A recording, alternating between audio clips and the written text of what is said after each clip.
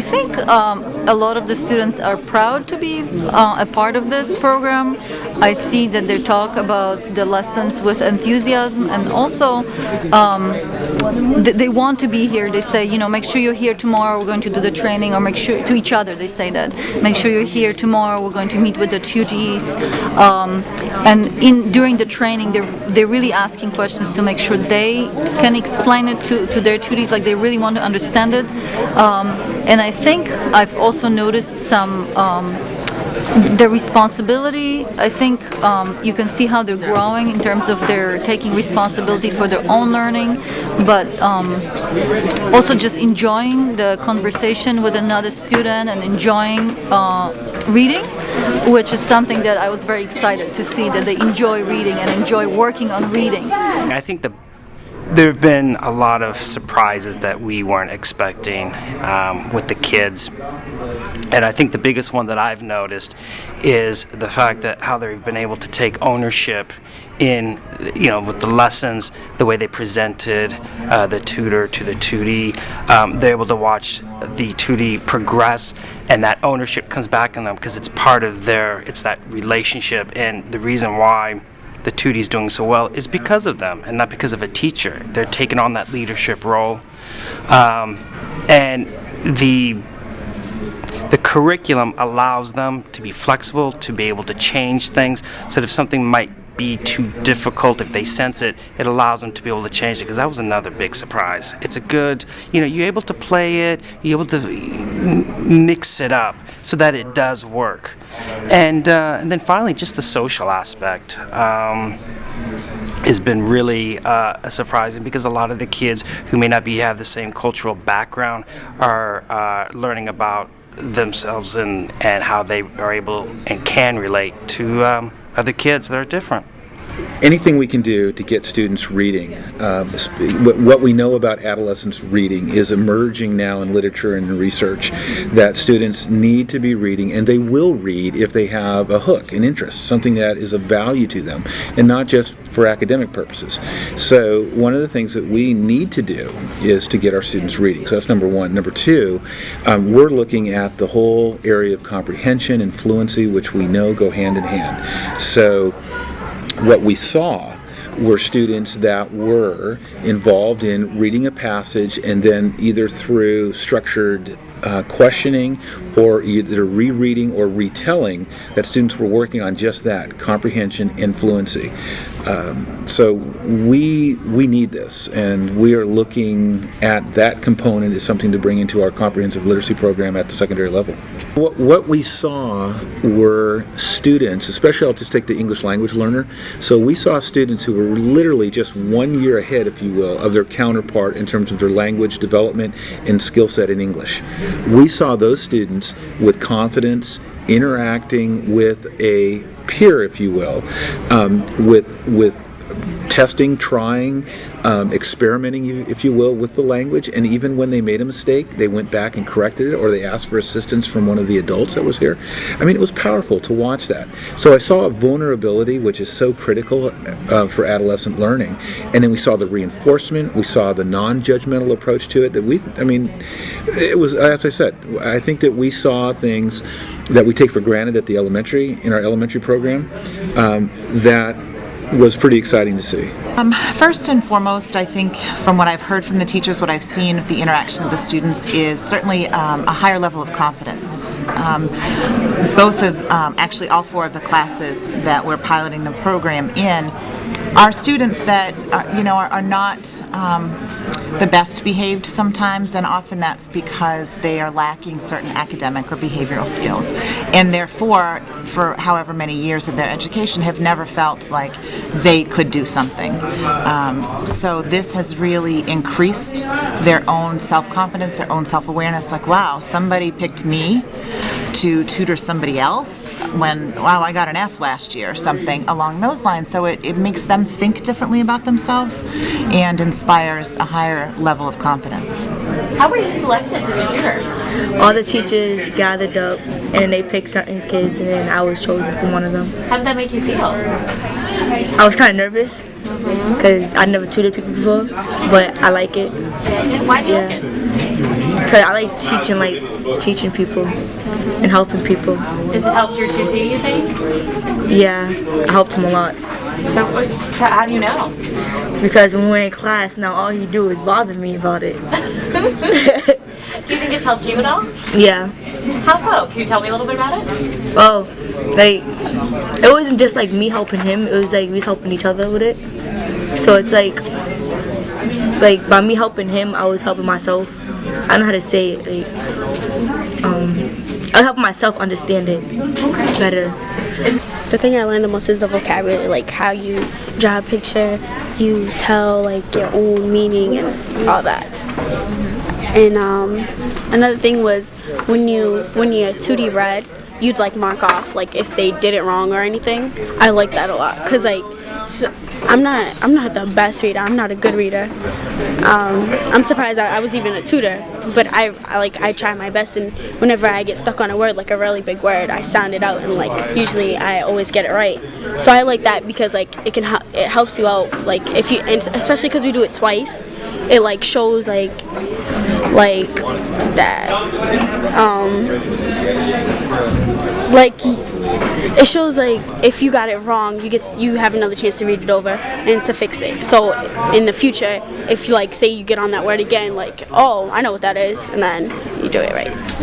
We just started this book today, but we beat the streets. I like it because like I'm not gonna say I have experience, like I'm not that kind of person, but I've known people that's been like in those situations. Like my uncle, he's have done that kind of stuff, but and like going and just doing the right decisions, like that's basically what it was. And I've had a lot of decisions in my life, and so has like a lot of people that I've known, and making the right decision is like the best, and it gets you far in life. So basically me making the decision of like, you know, do my best. It's my freshman year. I'm so excited. I'm in high school. I'm gonna do my best and pass, and then I have sophomore, and then I have 3 more years, and then I'm gonna pass. I'm gonna graduate, and I'm gonna go to college. So making the best decision. That's yes, because I want to be a nurse when I'm good. So making like right now is my decision, and my decision is going to college and doing my best. I feel like I feel big. I don't know, because like being a tutor, like it might not be like the biggest thing, like, oh, it's just reading, but it's like interesting, like I don't know, it makes you feel accomplished, like you're doing good in school and you're tutoring somebody. I don't know, that's just how I felt when I first found out, and I was like so excited. I went home and told my mom. It was fun. It was funny. First I thought it was like history, because like it was in history class, but then I found out it was reading. I was like, oh, reading, all right. And then like we started learning, like before we started tutoring, we learned everything in class. At first I was like, why are we learning if we're the ones who's tutoring? But then after that I realized, oh, well, we have a lot of lessons we're doing, and it's an all year thing. So like basically you're getting tutored to tutor, and I like that. And hopefully I could do like more things, like maybe even tutor in history, because I do good in history. I get like all A's. So I'm just proud that I've had the opportunity to do something good like this. And it may be a big thing, it may not be a big thing, but it's a good start. I feel very great. I feel like proud of myself. I could teach someone else. Now I have like 3 years in America, and I feel like I can speak English a little bit now. At first I couldn't say anything in English. Now I'm speaking English, and I can teach another one. You know, it's very proud. You know, I'm feeling very happy. Yeah. Can you tell us how you feel proud? I feel proud because I can speak English first, and at class I couldn't ask question. Now I could ask question, and I could like answer the question and teach her. You know, it's very nice for me. How's it helped you? It's helped me because when I come to America, I didn't know English very well, and then teacher come to class and say our class is invited to come downstairs to work together, so we can predict something, we can have a different idea, and then it's good because I learn how to read very well. When I make mistake, she teach me. When she make mistake, I teach her. So we learn each other. Is it easier to learn from her than a teacher? Yeah. Can you tell me about that? Like when I read some word, I read it again and I make some mistake, and then she will, we're gonna call that. If we don't know, we will ask her, you know this word? She gonna, or if she say yes, she gonna teach me. If she say no, we're gonna call the teacher to come and ask the teacher. We're gonna learn together. I think that's. And I learned another thing. I think it's like easier to learn with friends, or than learn the teacher. I know teacher is very good to learn with teacher, but it's easier to learn with friends, with two friends. You feel comfortable to talk with your friend and on everything you want. Also, make me feel better because friends is more like sometimes you feel scared to ask the teacher about something they are teaching, and then you feel scared to teacher. Can you explain me this word? Sometimes they explain to you, but you don't understand, like really understand, and you feel like afraid to ask him or her again. But friend is your friend, but you can say, you know this word? If she give you a definition, and then I'm like, I don't understand. Can you give him some example? She gonna give him examples, and then I feel comfortable. Were you two friends before? No, we we were friends before, but when we met, I was like, she's nice, and I feel like I can make friends with her.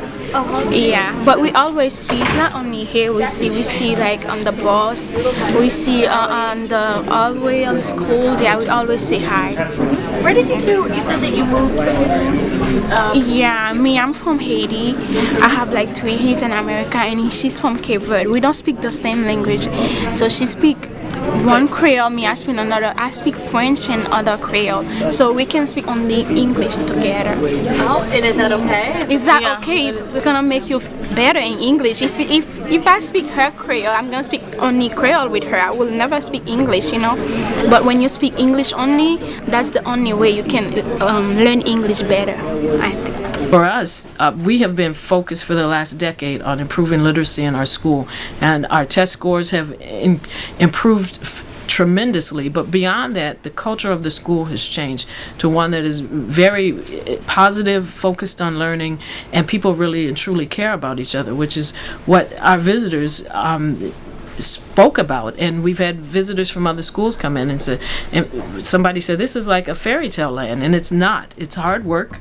It is a school, and we are focused on instruction, but we also are focused on how we treat each other, and to make this a powerful, positive experience for students so that they want to be here and they'll keep showing up and they'll do the right things. And this program, what I loved about it immediately was the training for the tutors, and it was all about, first you develop the relationship with the person you're working with, and you make them feel comfortable with you, and you help them to understand that you're there for the right reasons, and that you do things to build them up and help develop their sense of confidence.